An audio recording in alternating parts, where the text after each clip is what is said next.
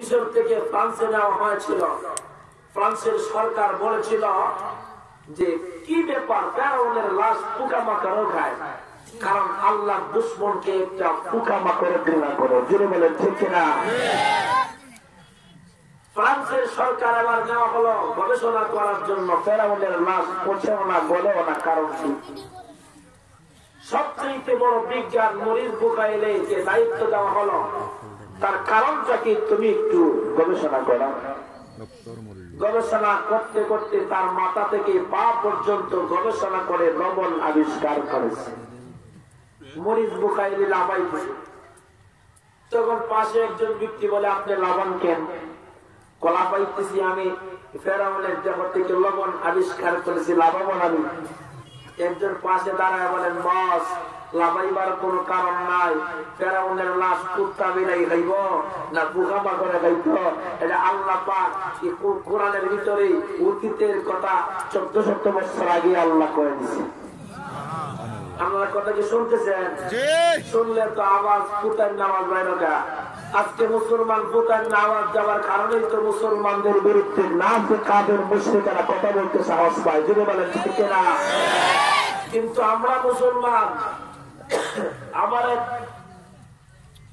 আমাদের আওয়াজ থাকবে মুসলমানের মতো।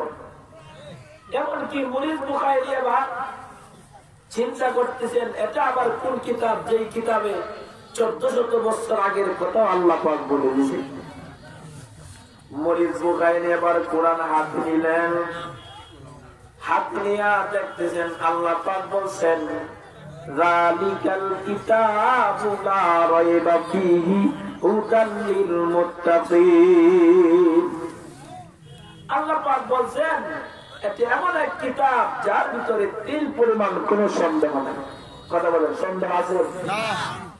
মরিস বুখারী আবার বলতেছেন, এটা আবার কোন কোরআন যার ভিতরে এতিকালের কথা আছে এমন কি চ্যালেঞ্জ দিয়েছেন।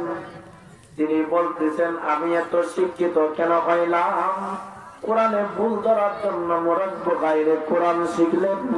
এই কোরআনের ভিতরে ভুল ধরতে যায় নিজের জীবনের জিন্দেগির ভিতরে ভুল পায়া কালিমা পড়ে মুসলমান হয়ে গেছি। এই কোরআন আল্লাহ পাক আমাদেরকে দিয়েছে। এই যুবক ভাইরা, গত বছর আমি এখানে আসছিলাম, আপনি চিন্তা করে দেখেন আপনার এই এলাকা থেকে কত মুদ্রা কবরে ঘুমায় গেছে। কথা হয় না? কিন্তু আপনি যে আজকে এখানে বসে আছেন, কালকে যে হাঁটবেন কোন গ্যারান্টি আছে? আমি গত বছর বলেছিলাম একটা মোবাইলের দাম মাত্র 600 টাকা, একটা মোবাইলের দাম মাত্র 500 টাকা, 400 টাকা জুতার দাম, কিন্তু মেয়াদ আছে 6 মাস। কিন্তু এই তাহেরপুরের মানুষ, আপনি একটা হাতকে প্রশ্ন করে দেখেন আপনার হাত কত দাম? সুবহানাল্লাহ বলবেন না? হাতের দাম আছে না নাই? আপনার একটা চোখকে আপনি প্রশ্ন করেন, কিরে চোখ, যদি তুমি না থাকতা তাহলে তোমার দাম কত হতো? আপনার একটা কিডনিকে আপনি প্রশ্ন করেন, আমাদের সমস্যা হচ্ছে? আমি অসুস্থ, আমার বন্ধু মানুষ আপনাদেরকে খুব ভালোবাসি, প্রতিদিন আমাদের প্রোগ্রাম। শীত আসছে তো, মাঝে মাঝে দূরে জার্নিং করলে আমাদের জীবন শেষ। কথা বলছেন? আজকে আমি হোন্ডা, আমার গাড়ির সমস্যা, সোনামগঞ্জ থেকে হোন্ডা দিয়ে আমি তাহিরপুরে আসলাম, এখান থেকে আবার আধা ঘন্টা দৌড়াইলাম, এমনি গলা ভাঙ্গা, আরো আধা ভাঙ্গা। কথা বলছেন? এজন্য যাই বলি আল্লাহর জন্য, এজন্য আল্লাহর জন্য বলবো। যদি বলেন ঠিক কিনা? একটা মোবাইলের দাম মাত্র 600 টাকা, কিন্তু আমি আপনার একটা কিডনির দাম, এমনকি হাত পায়ের দাম কত? একটা দিন মেয়াদ আছে? আওয়াজ দেবেন, মেয়াদ আছে? কোন মেয়াদ নাই। আপনি মরে দেখেন, আজকে একজন মরে দেখেন, একজন মানুষের থাকবে না আপনার আত্মীয় ছাড়া। কথা বলে না? আরো জোরে বলেন ঠিক কিনা? কেউ কারো না। আপনার স্ত্রীকে, আপনাদেরকে প্রশ্ন করি, স্ত্রীকে খুব ভালোবাসে, গভীর রাত্রে স্বামী স্ত্রী কম্বল আনছে, ছেলে একটা সৌদি আরব থেকে, স্ত্রী স্বামী ঘুমায় রয়েছে, যদি গভীর রাত্রে দেখে আপনার স্ত্রী আপনি মরে গেছেন, তার বনি কম্বলের ভিতরে। কথা বলে না? আবার দেন, তার বনি এমন এক জোর দিবে, বেড়াবে কি বলে এমনকি যদি মহিলা তো দর দিবে, যদি দেখেন আপনি যদি আপনার স্ত্রী মারা গেছে আপনি থাকবেন, কথা বলে না, আপনি থাকবেন, কেউ থাকবে না। এই জন্য পৃথিবীতে কেউ কারো নয়, একমাত্র আল্লাহ এবং আল্লাহর রাসূলই আমাদের জীবন আর মরণ। সুবহানাল্লাহ। এই জন্য আমাদের জীবন সুন্দর করতে চাইলে এই যে কোরআন, কোরআন ধরতে হবে। সমাধান চাও যদি জীবনে মরণে, ফিরে যাও খুঁজে নাও চোখ রাখো কোরআনে। এত চির অম্লান চির মুক্তির ডাক, এ যে মহাবাণী খোদারি কালামে পাক। এত চির অম্লান চির মুক্তির ডাক, এ যে মহাবাণী খোদারি কালামে পাক। এই দুনিয়া আর সেই দুনিয়া, মুক্তি পাবে সবই দুজাহানে। সমাধান, কথা বলেন, আরো জোরে বলেন, ঠিক কিনা? আজকে মুসলমানের ঘরে শান্তি নাই, স্বামী স্ত্রীর ভিতরে পিড়াপিড়ি আর মোড়ামুড়ি খেলাখেলি, কথা বলেন, আরো জোরে বলেন, ঠিক কিনা? কারণ কোরআন হাদিস দিয়ে আমাদের সংসার পরিচালনা করি না। আজকে একটা ওয়াজ শিখে যান, আজকে যায় বাড়িতে গিয়া আপনাদের বউরে স্ত্রীকে সালাম দিবেন, কথা বলেন না? আরো জোরে বলেন, কি দিবেন?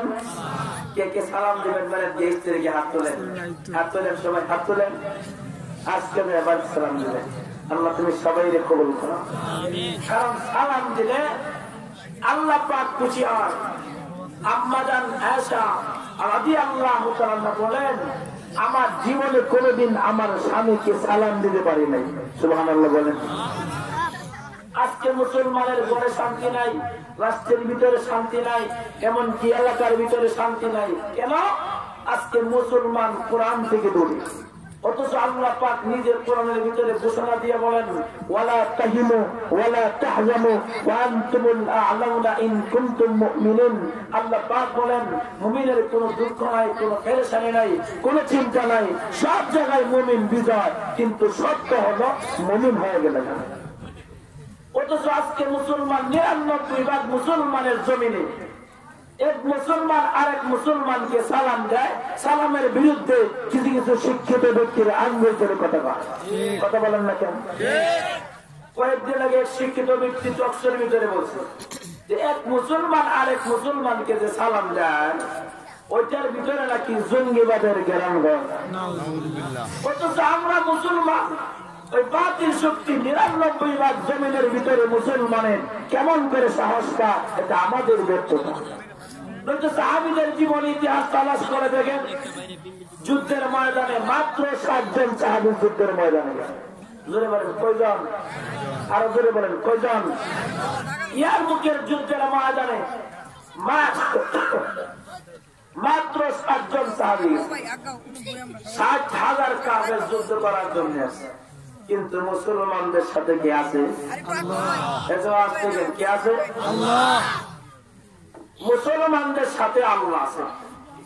ইয়ারমুকের যুদ্ধের ময়দানে যখন ৬০ জন সাহাবী নামাজ মাত্র শুরু করছে, ফজরের নামাজ মাত্র পড়ছে, ৬০,০০০ কাফেরের বাচ্চা তরবারি হাতে নিয়ে ডাকতেছেন, এই মুসলমানেরা, তোমরা নাকি বলো যুদ্ধের ময়দানে শহীদ হয়ে গেলে জান্নাতের ভিতরে যাবা, আসলে তোমাদের কে কার মায়ের বুক খালি করতে চাও?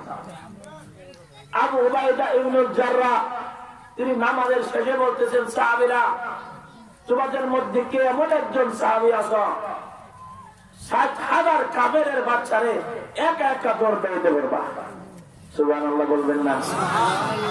কয়জন? জোরে বলেন কয়জন? একজন সাহাবী হাতে তরবারি নিয়ে দাঁড়ায় গেছে। তরবারি নিয়ে যখন দাঁড়ায় গেছে, আবু উবাইদা ইবনুল জাররাহ রাদিয়াল্লাহু তাআলা বলেন, আপনি না, আপনি বসেন। ২ নম্বরে আরেকজন দাঁড়াইছে, তিনি বলতেছেন আপনিও না, আপনিও বসেন। ৩ নম্বরে আরেকজন দাঁড়াইছে, কিন্তু আবু উবাইদা ইবনুল জাররাহ বলেন আপনিও না, আপনি বসেন। ৪ নম্বরে দাঁড়াইছে খালিদ বিন ওয়ালিদ রাদিয়াল্লাহু তাআলা। আবু উবাইদা ইবনুল জাররাহ রাদিয়াল্লাহু তাআলা জিগায়, 60,000 কাফেররে আপনি একা দর দেওয়াই পারবেন? আপনি কি চিন্তা করে দেখছেননি? কবি চিন্তা ভাবনা আমি একটু গবেষণা করে দাঁড়াইছি। আপনি যে 60,000 কাফের আপনি দর দেওয়াইবেন, তার কি গ্যারান্টি আছে? আল্লাহ পাক নিজের কোরআনে বলছেন যে ওয়ালা তাহিনু ওয়ালা তাহজানু ওয়া আনতুমুল আ'লামুনা ইন কুনতুম মুমিনিন। মুমিনের কোনো চিন্তা নাই, কোনো দুঃখ নাই, পেরেশানি নাই, সব জায়গায় মুমিন বিজয়। তিনি বলতেছেন আমি একা মুমিন আর সব বাতিল কাফের গোষ্ঠী কাফের। আল্লাহ আমারে কাফেরদের ভিতরে আমি মুমিন, আমাকে বিজয় দান করবে। সুবহানাল্লাহ। আর জোরে বলেন না সুবহানাল্লাহ। আবু উবাইদুল জাররা বলেন আপনি একা যাওয়ার দরকার নাই, আপনি আর 59 জন দেই, মোট 60 জন যুদ্ধের ময়দানে যান।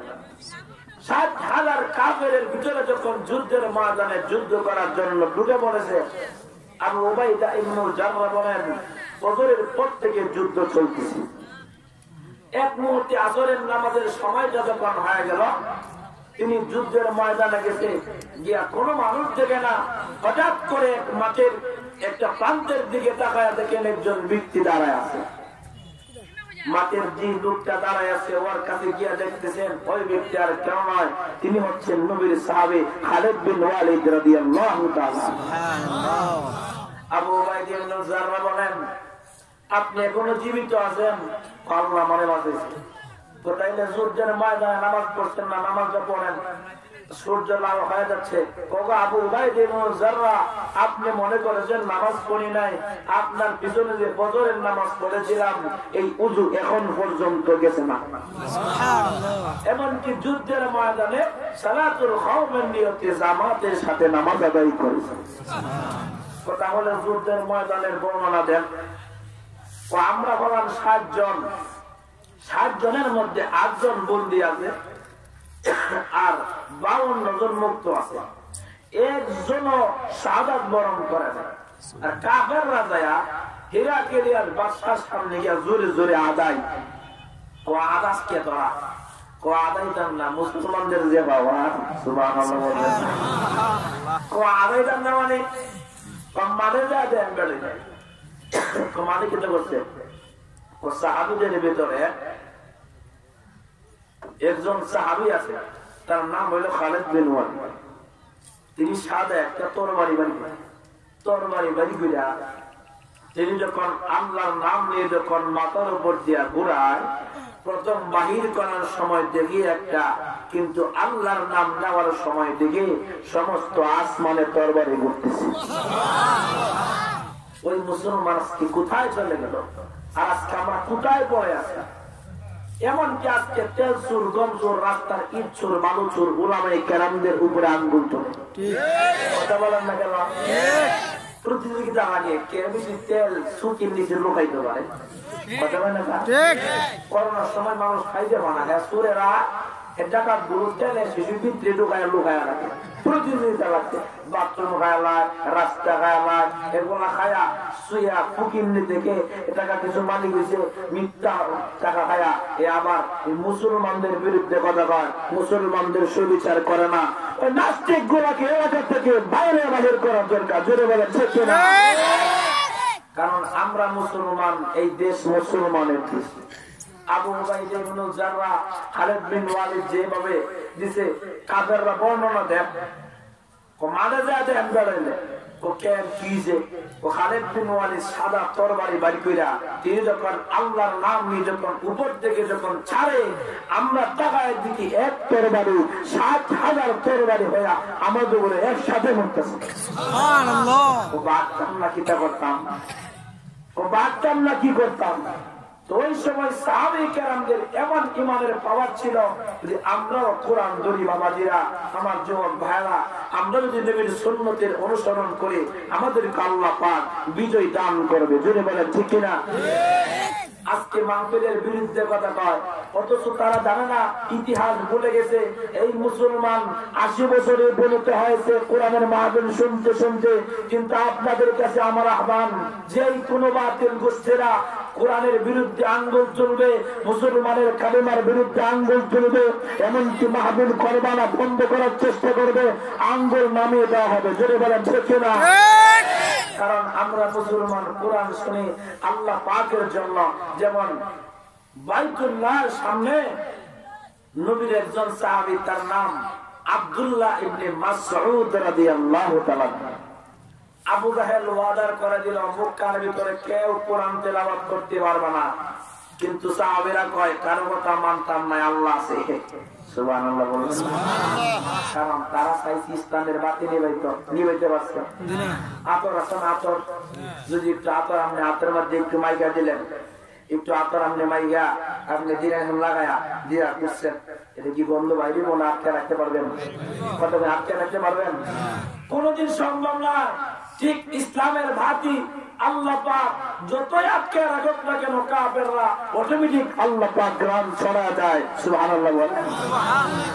আবু জাহেল বলে কেউ শুনবে না, কিন্তু নবীর উপরে যখন সূরাতুর রহমান যখন নাযিল হয়েছে, আল্লাহর রাসূল বলেন সাহাবীরা তোমাদের মধ্যে কেমন একজন আছো বাইতুল্লাহর সামনে দাঁড়ায়া সূরাতুর রহমান তেলাওয়াত করতে পারবে? কি কোন সমস্যা হচ্ছে? কথা বলেন না, সমস্যা হচ্ছে? শুনে আজকে কই কিছু ফেসবুকের কথা কিন্তু কইয়া যাওয়া থাকবো, কারণ ওয়াজ তো জীবনে বহু শুনছেন, কিন্তু ওয়াজ শুনলে কি এমনকি আমলও করতে হবে, এমনকি ডিজিটাল বাংলাদেশে কি হচ্ছে সেটাও জানতে হবে। কথা বলেন না কেন? যে মাত্র নবী এই কথা বলছে, নবীর সাহাবী আব্দুল্লাহ ইবনে মাসউদ দাঁড়াইছে, কোরআন তেলাওয়াত করুন। কানে কাবা বাইতুল্লাহর সামনে দাঁড়ায় সূরাতুর রহমান তেলাওয়াত করে। আর রহমান, আল্লাহু আকবার। আবু জাহেলের কানে চলে গেছে। আবু জাহেল এসে বলেন বেটা তোমার কে অনুমতি দিছে এখানে দাঁড়ায় কোরআন পড়তে? আল্লাহর কোরআন তেলাওয়াত করি, কার কাছ থেকে অনুমতি নিতাম? তো আপনাদের কাছে আমার আবার কোরআনের মাহফিল করব, কোন বাতিলের সুরের কাছে গিয়ে পারমিশন দেওয়ার দরকার নাই। ঠিক? আরো জোরে বলেন ঠিক কিনা? ঠিক। যুব সমাজ আজকে কোথায় ধরতেছেন ভাই? আজকে আপনার নেতা আপনাকে ফোন দিলে জীবন থেকে দণ্ড মরণ করে মায়ের মাল চলে যান, কিন্তু যেই মালিক আপনার দেহের ভিতরে রক্ত ঢেলে দিয়েছেন, যেই মালিক আপনার দেহে শক্তি দিয়েছেন, সেই মালিকের নাকি কয়দিন মসজিদে গেছেন? এজন্য কোন দিকে দৌড়াইতেছেন? আব্দুল্লাহ ইবনে মাসউদ কোরআন তেলাওয়াত করে বন্ধ করে না, সাথে সাথে আবু জাহেল হাত কান কালা করে এমন জোরে থাপ্পড় মেরে দিয়েছে, কান বরাবর কান ফেটে জমিনে দাড়ি বেয়ে বেয়ে রক্ত পড়তেছে। রক্ত জড়তেছে, কিন্তু কোরআন তেলাওয়াত বন্ধ করে না। সুবহানাল্লাহ। এক মুহূর্তে যখন কোরআন তেলাওয়াত যখন শেষ করছেন, আবু জাহেল আমি কোনো অপরাধ করি নাই, কোনো অন্যায় করি নাই, নিরীহ মানুষ আমার কায়া কোরআন তেলাওয়াত করার কারণে তুমি আমার একটা কান পাড়ায়া দিলা। তুমি মনে রাখবা এটা কিন্তু আল্লাহ কিন্তু দেখেছে, যদি আমি নবী সাহাবীর হাতে যদি কোনোদিন আল্লাহ কোনো একটা সুযোগ দেয়, তাইলে কিন্তু তুমি শয়তান নেতার দুইটা কানের পর্দা বাড়াইয়া দিবে। সুবহানাল্লাহ বলবেন না? তুমি তো আমার এক কান বাড়াইয়া দিছো, তোমার কিন্তু দুই কান বাড়াইয়া দিল। এই যে বদরের যুদ্ধের সময় মুআয আর মুআওয়াজ ছোট মানুষ, কোন কোন বর্ণনায় আছে আমার বুজুর্গ ওলামায়ে আমার উত্তরা বলে মুআওয়াজ এত ছোট মানুষ তরবারির সমান সমান দেখা যায়। সুবহানাল্লাহ। ওই দুইটা বাচ্চা যুদ্ধের ময়দানে যায় আবু জাহেলকে আঘাত করেছিল, তিনি আহত হয়ে যখন জমিনে পড়ে গেছে, আব্দুল্লাহ ইবনে মাসউদ গলা খাইটা কান দিয়া তরবারি বাহির করে, এক কান দিয়া ঢুকাইয়া আরেক কান দিয়া বাহির করে নবীজির দরবারে শয়তানের কেল্লা নিয়ে আসছিল। আজকে যারা মিথ্যা ক্ষমতা এমনকি মিথ্যাবাদী হয়ে জনগণের উপরে আঙ্গুল তুলে কথা বলে, একবারে কিন্তু শীত যায় না। কথা হয় না? এজন্য মুসলমানদের যে জমিনে মুসলমানের রক্ত ধরে, সেই জমিনে আল্লাহ ইসলামের বিজয় দান করবে। কয়েকদিন আগে বালাবি না একজনের শিক্ষিত মানুষ তার শিক্ষা মানে প্রকাশ করার জন্য, এই যে শিক্ষা প্রকাশ করার জন্য বড় দিয়েছে, এটা চিন্তা করেন। আমরা মাঠের তো লোকায় গেলাম, কথা দেয় না, মাছ ধরে বলেন ঠিক কিনা? কয়েক মুসলমান আর এক মুসলমানের আমরা সালাম দিই, সালাম দেন না? এই সালামের ভিতরে নাকি জঙ্গিবাদের গ্রাম পাওয়া যায়। অথচ শত্রু যদি মানে শত্রুকে সালাম দিলে বন্ধুর উপর দিত।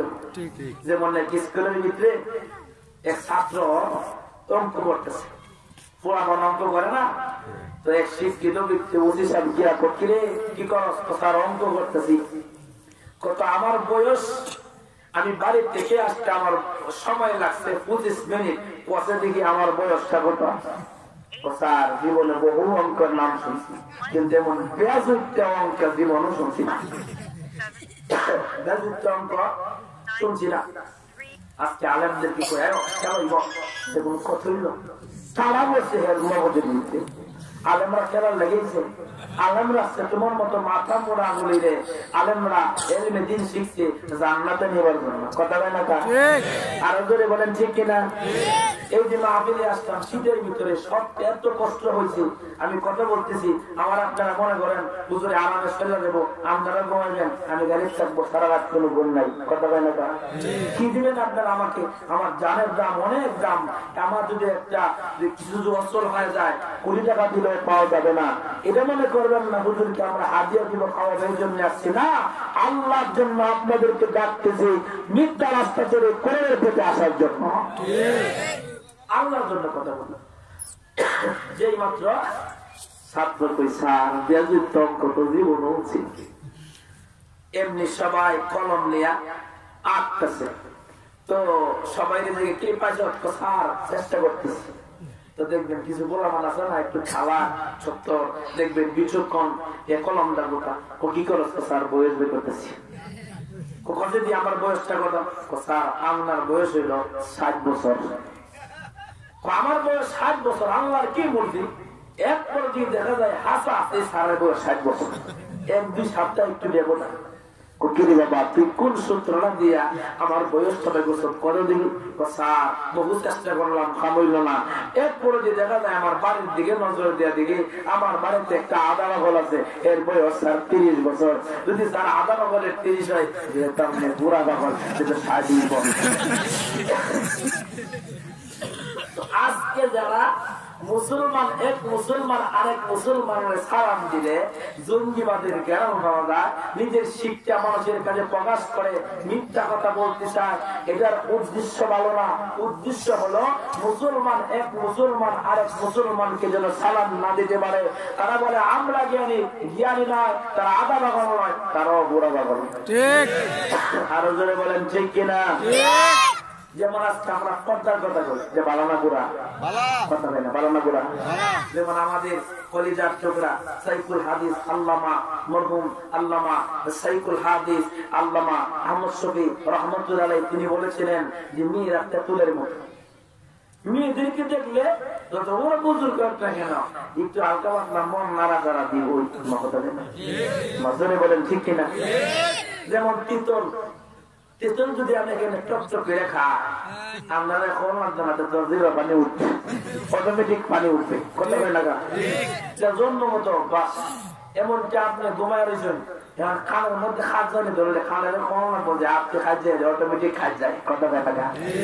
তো আদম আলাইহিস সালাম আল্লাহ ভালো লাগে না তো আল্লাহ পাক হাওয়া আলাইহিস সালামকে বানায়া দিছে, অটোমেটিক খালি আজ যায় দত্ত। কারণ সুন্দর জিনিস পাইলেছে না, শান্তির জিনিস দত্ত যায়। আল্লাহ তো খারাপ বিয়া বাড়াইল, সুবহানাল্লাহ বললেন না? কি বাড়াইল? বিয়া বাড়াইল। তো আমাদের আদম আলাইহিস সালাম অটোমেটিক বিয়ার আগে দেখা যায় আজ যায়, কিন্তু আল্লাহ কয় বিয়া বাড়াইলে জায়েজ করে দিতে। কিন্তু আমাদের সমাজেও বিয়া বর্দা চললে আজ যাওয়াটা স্বাভাবিক। এজন্য মহিলাদের কাছে আমার আহ্বান, আমাদের আহ্বান, আপনারা পর্দার ভিতরে থাকবেন, কারণ আপনাদের ভেতর থেকে শাহজালাল ইয়ামনি রহমতুল্লাহর মতো সন্তান জন্ম নিবে। এই যে আল্লামা আহমদ শফি হুজুর রহমতুল্লাহ আলাইহি তিনি বলছে তেতুলের মতো। কিন্তু আজকে শিক্ষিত ব্যক্তিরা কয় উলামায়ে কেরাম কি জানে, উলামায়ে কেরাম বলে কি জানে। কিন্তু আজকে আমার বাংলাদেশের ভিতরে 6 বছরের শিশুকে 45 বছরের লোকে পর্যন্ত দর্শন করতেছে। ওদের উদ্দেশ্য ভালো না, মেয়েদেরকে বাজারের ভিতরে নিয়ে তাদের সম্পদ তাদের সম্মান হানি করে ইজ্জত নষ্ট করতে চায়। যেমন জঙ্গলার ভিতরে এক শিয়াল মামা উঁচা জায়গার মধ্যে বসে কয়, হাঁস মুরগিরা তোমরা কোথায় আছো? সবাই অপেক্ষামান মামুর 4 দিয়ে লাইন ধরে বসে। কত মগল একটা মিটিং আছে। কি মিটিং? মিটিং হইল তোমাদের উপরে বহু নির্যাতন করছি আমি এখন খাঁটি তওবা করছি।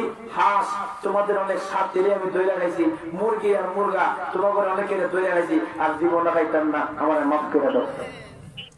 সকলে অপেক্ষামান। মামুর কথাটা তো একটু নর্মাল দেখা যায়, মনে হতো তওবা করেছি। শিয়াল মামা সাত চেল্লা বুদ্ধি শুনেন, ওদের উদ্দেশ্য কেমন। জয় মাত্র শিয়াল মামা কইতেছে যে আমি তওবা করছি, আর কোনদিন তোমাদেরকে আমি আক্রমণ করে খাবো না। তোমরা যদি টিনের সালের ঘরে থাকো তোমার ভেঙে ফেলবে, যদি বিল্ডিং এ থাকো ভূমিকম্প দোষে পড়ে যাবে, মাটির ঘরে নিরাপদ, ভাঙবেও না, চড়বেও না। আমার ঘর তোমাদের জন্য ফ্রি, যাবা আর আইবা ওপেন, তোমাদের জন্য আমার রাস্তা খোলা। এই কথা যখন বলছে, আচ্ছা কোন তো দেখি এই যে মামুদের সরলা কি এটা হাসা সরলা হয়েছে না, মামু কই তোমাদের জন্য রাস্তা ক্লিয়ার, যাই বাড়াইবা। এক পর্যায়ে হাঁস আর মুরগিরা যাও একটু দেখে আসো, তোমাদের নিরাপদ হইবে কিনা। সবাই অপেক্ষামান। মামুর কথাটা তোমরা কি মনে করো? হাঁস আর মুরগি না বুঝা তারা কই না মামুর কথা তো সত্যই, কারণ মামুর সব পানিও দেওয়া যায়, হাতে পৌঁছানো আছে। ভিতরে গেছে, ভিতরে যায় যখন কালে অপেক্ষামান দেখবে এই মুহূর্তে মামু আছেন বাইরে খারা দিছে, দরজা গীত লাগায় আবার বাড়ির থেকে বাসন দিয়া বলেন তোমরা বুঝি আর বুকা আমাকে তোমাদের কি বুকা বানায় ঢুকানোর কারণ হলো আমি ওই দিকে বুড়া, তোমাদেরকে তাবা দিয়ে ধরতে পারবো না, তাই কৌশল করে তোমাদেরকে ভিতরে ঢুকাইছি। এবার আরামে থাকো, সিরিয়াল খাবো, যখন তোমরা শেষ হবা আবার একটা সল্লা বাইর করবো।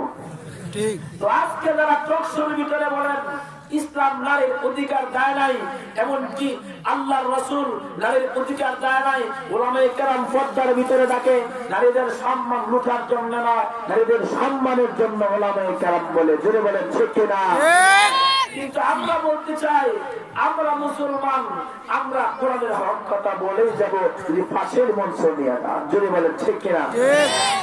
একটু জিকির করেন লা ইলাহা ইল্লাল্লাহ,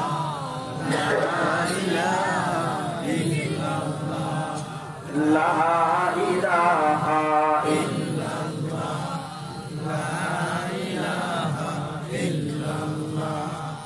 লা ইলাহা ইল্লাল্লাহ,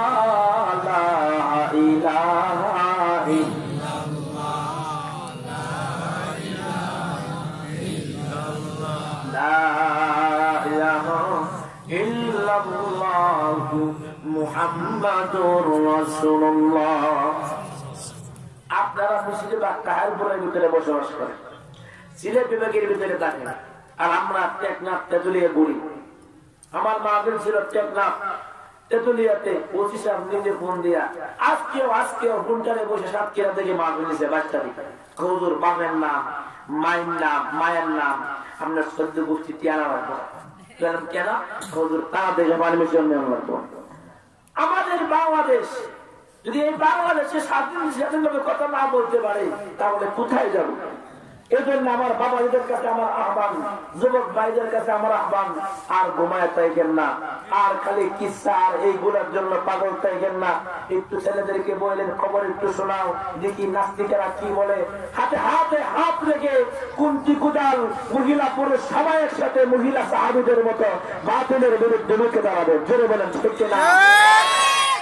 কারণ ওরা মুসলমানদেরকে এই বেলাইনে নিয়ে কোরআন থেকে দূরে সরাইয়া তারা আজকে গুমরা করে জাহান্নামে ফেলাতে চায়। একটু স্বার্থের জন্য তারা কোরআনের বিরুদ্ধে কথা বলে, একটু স্বার্থ উদ্ধারের জন্য তারা ইসলামের বিরুদ্ধে কথা বলে। এজন্য আপনাদের কাছে আমার আহ্বান, আমরা মুসলমান, আমাদের জীবনের পরিচয় ভুলে গেছি। আল্লাহর রাসূল একদিন বলেন, এই বাইতুল্লাহ তোমার দাম কিন্তু অনেক, কিন্তু তোমার সম্মান অনেক হলে কি হবে? তোমার সম্মানের ইজ্জতের চাইতে একজন মুসলমানের সম্মান আল্লাহর কাছে বেশি। আমার আপনার দাম আছে না নাই? কিন্তু আপনাদেরকে আমি শোনায় দিছি এত দাম, এই কথাটা মনে রাখবেন। আজকে মাহফিল কোচবিহারে মাহফিল ছিল অক্টোবরের 25 তারিখ, থানা থেকে ডাইরেক্ট না করে আমাকে বলতেছে আসতে পারবেন না। কেন এমন হবে? আজকে একটি সমস্যা, আমরা মুসলমান কোরআন থেকে দূরে সরে আসি। অথচ সাহাবীরা যুদ্ধের ময়দানে গেছে আবু উবাইদা ইবনুল জাররাহ তিনজনের এক কাফেলা দিয়া কাফেরদের পক্ষ থেকে যুদ্ধ করার জন্য আসছে। রুস্তম সেনাপতি হয়ে আসছে রোম সাম্রাজ্যের পক্ষ থেকে, আর মুসলমানদের পক্ষ থেকে যে সাহাবায়ে কেরাম তিনজন মাত্র গেছে। গিয়া যখন দাঁড়াইছে রুস্তমের সামনে তিনজন সাহাবী, তখন রুস্তম মুস্কি হাইসা বলেন, তোমরা মুসলমান, পেটে খাওয়ার নাই, গায়ে আছে সিরা পাঞ্জাবি, হাতে আছে ভাঙা তরবারি, তোমাদেরকে কে সাহস প্রদান করাইছে মিয়া যুদ্ধ করতে আইছো? চিৎকারি করতেছে। কিন্তু ওরা জানে না মুসলমানদের কাছে বোমা নাই, এমনকি কি অস্ত্র নাই, কিন্তু মুসলমানের জবানে নারাই তাকবীর আল্লাহু আকবার ধ্বনি আছে। কি কষ্ট হইতেছে? খাগড়াছড়িতে বসে বসে মাহফিলে গেছি, ওইখানে গিয়া দেখি বৌদ্ধদের এলাকার ভিতরে মুসলমান বসবাস করে। তো ওরা ভোটার হইলো 26,000, আর বৌদ্ধ আর চাকমা মানুষ ওদের ভোটার হইল 48,000। অনেক বেশি না? 26 করে 48। তো আমি যে গেলাম, আপনারা যেখানে তাহেন বই পান না, কোনো ভয় নাই। কেন? হুজুর তার এরিয়ার ভিতরে যদি আমরা কোনো মেয়ে অথবা ছেলে পড়ে যায়, আগুনে পোড়ায় দেয়, মেরে ফেলে, গুম করে ফেলে, কিন্তু হুজুর আমাদেরকে যখন তারা মারার জন্য আসে, কিন্তু আসার পরে আমরা 4-5 জন একসাথে যখন দাঁড়ায়া নারে তাকবীর আল্লাহু আকবারের ধ্বনি মেরে যায়, তখন তারা গাছটি লইয়া পাহাড়ের চিপায় চিপায় লুকায় যায়। সুবহানাল্লাহ বলবেন না? তো এই যে মুসলমানের ইমানের পাওয়ার আছে। নবী ইবনে আমিরকে বলে, তোমারে কে সাহস প্রদান করাইছে মিয়া যুদ্ধ করতে আইছো? কার পক্ষ থেকে আইছো? নবী ইবনে আমির বলেন, জিতু বিআমরিল্লাহ, তুমি তো আসছো রোম সাম্রাজ্যের পক্ষ থেকে মুসলমানের বিরুদ্ধে যুদ্ধ করতে আইছো, কিন্তু আমরা আসছি মহান রবের পক্ষ থেকে। সুবহানাল্লাহ। কার পক্ষ থেকে আইছে? আল্লাহর পক্ষ থেকে। বলতেছেন, তুমি আমাকে বলতেছো আমার গায়ে সিরা পাঞ্জাবি, পেটে খাবার নাই, হাতে ভাঙা তরবারি, কিন্তু এই সিরা পাঞ্জাবির ভিতরে একটা দেহ আছে, দেহের ভিতরে একটা দামি সম্পদ ইমান আছে, ইমানটা কিন্তু তুমি টেস্ট করছো না। সুবহানাল্লাহ বলবেন না? কি টেস্ট করছো না? ইমানটা টেস্ট করছো না। তুমি যদি ইমানটা পরীক্ষা করতে চাও, তাহলে তোমার ভেতর থেকে সবচেয়ে একটা বীর পাহলোয়ানকে আমার সামনে দাঁড় করায় দেখো।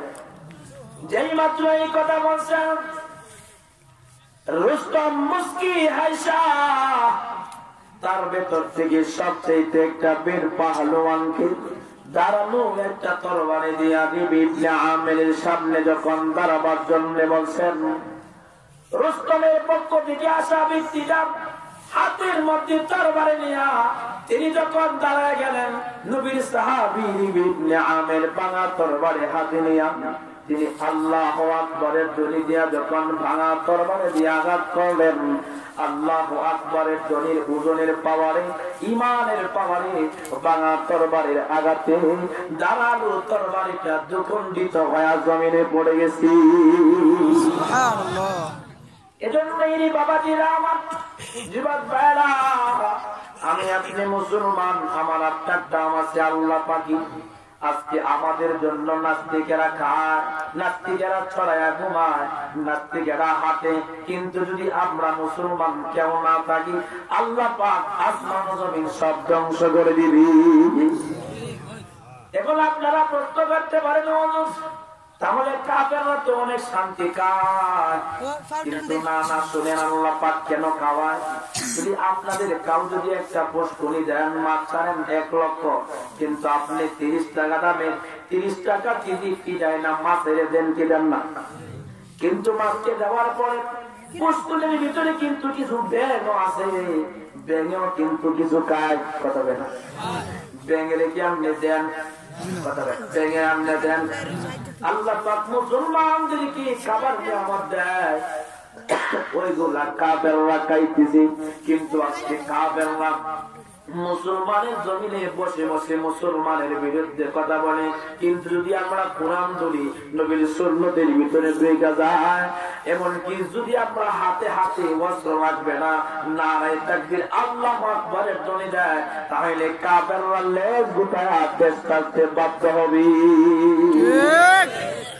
তো আপনাদের কাছে আমার আহ্বান হইল, আজকে থেকে কোরআন নিজে পড়বেন, নিজেও শিখবেন। কথা বলেন ঠিক কিনা? সবাই হাত তোলেন, হাত তোলেন সবাই, নানা সারা দেন। আমাদের মালিক কে? আল্লাহ। আজকে থেকে কোরআন পড়বেন। আগে দেখতাম মুসলমানের ঘর থেকে সকালবেলা কোরআনের আওয়াজ বাইরিত, আর এখন মুসলমানের ঘর থেকে ডান্সের আওয়াজ বাইর হয়। কথা হয় না? আরো যদি বলেন, এমনকি দেখা যায় পিতা মাতার খেদমত নাই, এমনকি বাবার দরবারে অনেকে দেবো। আরো জোরে বলেন, আরো জোরে বলেন। বাবার দরবারে জানা আমরা বেলা যা কে কে যান? ছাগল লয়া, গরু লয়া, মজার আমরা যাইনি, আমরা যাই, যাওয়া যাবে না। কারণ আল্লাহ রাসূল একদিন সাহাবীদের সামনে ওয়াজ করতেছেন। শুনেন, আমার দিকে তাকান। সাহাবীদের সামনে ওয়াজ করেন। সাহাবীরা এক বাদশা ছিল, অত্যাচারী বাদশা, রাস্তার মুড়ে মুড়ে মূর্তি দাঁড় করে রাখতো। শুনেন, গুরুত্বপূর্ণ কথা কিন্তু। সাহাবীদেরকে বলতেছেন, একটা কালের আগে একটা মূর্তি দাঁড় করায় রাখতো একজন দারোয়ান। যেই কোন মানুষ আসতো, সেই মুসলমান হোক, হিন্দু হোক, কাফের হোক, তাদের কাছ থেকে মূর্তির নামে টাকা রাখতো। আল্লাহ রাসূল সাহাবীদেরকে বলতেছেন, সাহাবীরা, এরপর যে একজন মুসলমান আছে, বলতেছেন টাকা দাও, কিন্তু মুসলমান বলে না, না আমি মুসলমান, আমার দাম আল্লাহর কাছে আছে। সুবহানাল্লাহ, সুবহানাল্লাহ। আছে না নাই? এই জীবন ভাইরা আমার, আমি আর আপনার দাম শুধু তাই নয়, যে কালিমা পড়েছি সেটারও কিন্তু অনেক দাম। যদি কোনো মানুষ 80 বছর আগুনের পূজা করে, মূর্তির পূজা করে, যদি একবার যদি কালিমা পড়ে মুসলমান হয়ে যায়, 80 বছরের মূর্তি পূজা করার অপরাধ ক্ষমা করে আল্লাহ পাক পবিত্র বানায় দেয়।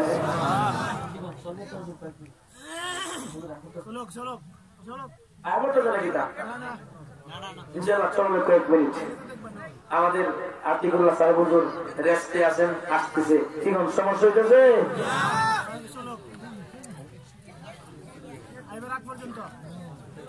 ঠিক আছে। যেই মাত্র দেখা যায় আল্লাহর রাসূল বলতেছেন, একজন কালিমাওয়ালা মুসলমান আসছে, তার অঙ্ক টাকা দাও। আমি কদম দিব, তবু মূর্তির নামে আমি টাকা দিব না। এই কথা বলার পরে বলতেছেন, তাহলে নাকের ডগায় মূর্তির একটা মাছি বয়ে দিছে, তুমি টাকা না দিল মাছিরা মেরে দেওয়া। কারণ সুযোগ যেন পায়, তোমার পক্ষে সুপারিশ করতাম আমি ওই আমার বাদশার কাছে। কালিমাওয়ালা মুসলমান আবার চিন্তা করতেছেন, এই যদি আমি মাছিটা মাইরা যাই, সেটার কি হবে?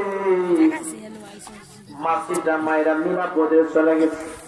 আল্লাহর রাসূল বলেন, আরেকজন মুসলমান আছে, আসার পরে বলতেছেন, টাকা দাও। কনা না, আমার জিন্দেগির ভিতরে আমি আমার আমলের ভিতরে শিরকের গন্ধ ঢুকাবো না। তাহলে তোমার মতো একজন মুসলমান আসছিল, মূর্তির নাকের ডগায় একটা মশা মাছি বসছিল, সেটা মাইনা পার হয়ে গেছে, তুমি আমার কনা না, আমার জীবনের প্রতিজ্ঞা হলো আমি মরতে রাজি আছি, আমার আমল নামায় মাছি কোনে মানুষের আমি ঢোকাতে পারবো না। সুবহানাল্লাহ, সুবহানাল্লাহ। আরো জোরে সুবহানাল্লাহ, আর একটু আস্তে সুবহানাল্লাহ। খুশি থেকে আল্লাহ, কথা বলেন না, খুশি থেকে আল্লাহ। আল্লাহ রাসূল বলেন, কালিমাওয়ালা মুসলমান নাকের মশা মারে নাই, মাছিটা মারে নাই, তারে কতল করা হয়েছে। আল্লাহ রাসূল বলেন, মাছি মায়ের টাকা না দিয়া কাল পার হয় শান্তিতে চলে গেছি, কিন্তু চলে যাইলে কি হবে? সে মৃত্যুর পরে জাহান্নামে চলে গেছে।